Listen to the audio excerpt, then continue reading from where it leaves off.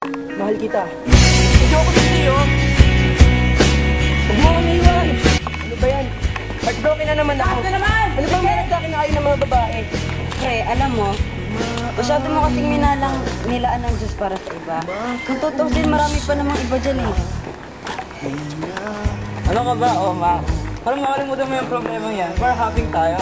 Yay! Teka, sasama ka? Oo naman. Iwan. Sige, bahala ka.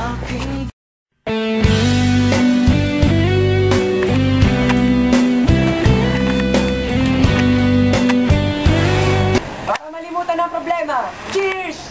Cheers!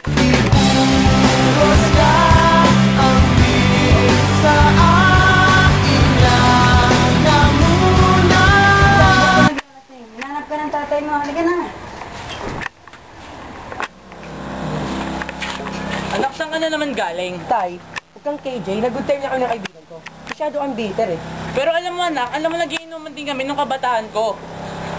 Pero ito ang iniinom namin. Red horse beer.